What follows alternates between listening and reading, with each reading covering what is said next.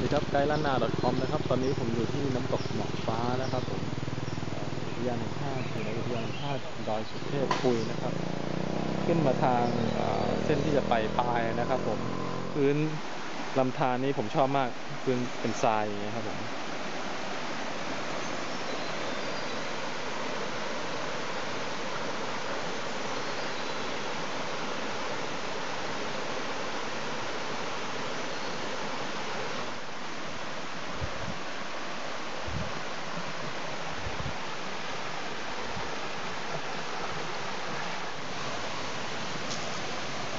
วิวตรงนี้สวยครับนี่ครับจุดนี้ครับน้ำเป็นช่องเลยนะครับผมโอ้ลำธารบริเวณนี้สวยมากครับเหมือนเป็นหน้าผาอยู่ด้านสองข้างทางของน้ำตกนะของลำธาร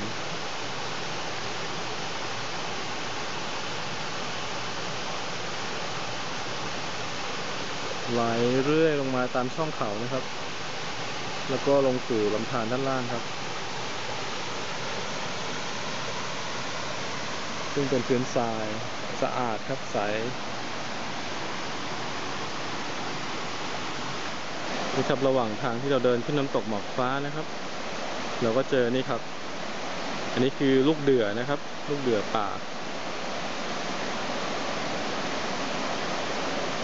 น้ำตกที่นี่สวยงามใช้ได้เลยนะครับอยู่ไม่ไกลจากตัวเมืองเชียงใหม่ใช้เวลาเดินทางไม่ถึง1 ชั่วโมงนะครับก็ได้สัมผัสธรรมชาติแบบนี้นะครับเดี๋ยวเราเดินเข้าไปชมใกล้ๆกันครับ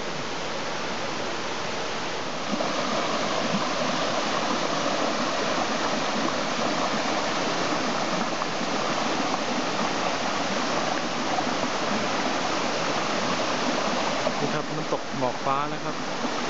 อยู่ที่อำเภอแม่แตงครับถ้าท่านที่ใช้เส้นทางนี้เดินทางไปปายนะครับผมวิธีการเดินสังเกตง่ายๆน้ำตกหมอกฟ้าคือปากทางเข้าน้ำตกจะมีร้านอาหารแป้นเกล็ดอยู่นะครับก็เลี้ยวซ้ายเข้ามาได้เลยครับก็ถึงร้านอาหารแป้นเกล็ดแล้ว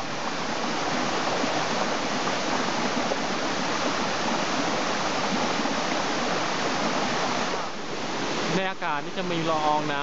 ำเต็มไปหมดเลยนะครับไม่ใช่ฝนนะครับแต่คือละอองน้ำจากน้ำตกครับนี่อาจจะเป็นที่มาของชื่อของน้ำตกครับน้ำตกหมอกฟ้าครับ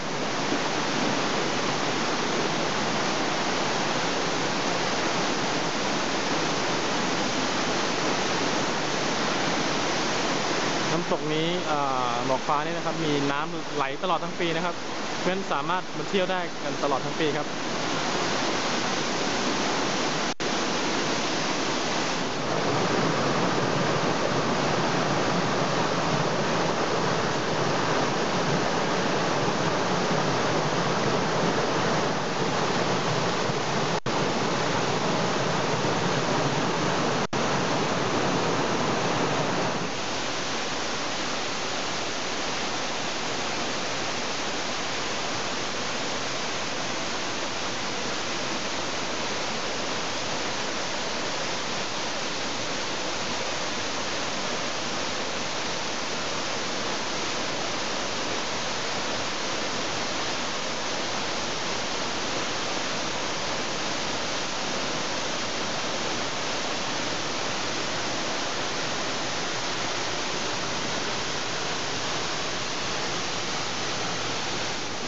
ครับไกด์ล้านนา .com นะครับตอนนี้ผมอยู่ที่น้ำตกหมอกฟ้านะครับผม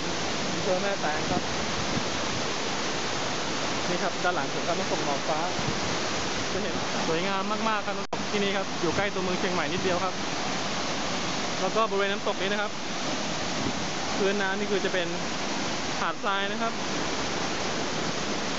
ด้านบนก็จะเป็นหน้าผาครับ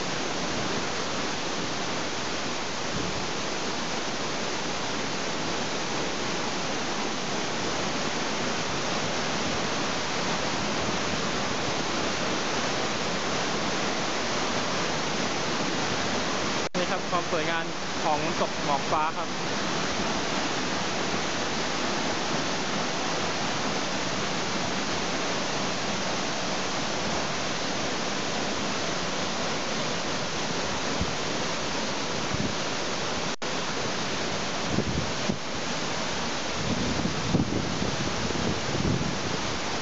เข้ามาใ กล้ๆน้ำตกนี้ลมแรงมากนะครับเพราะว่าเกิดจากการที่มีกระแสน้ำตกลงมาสมมตินะครับ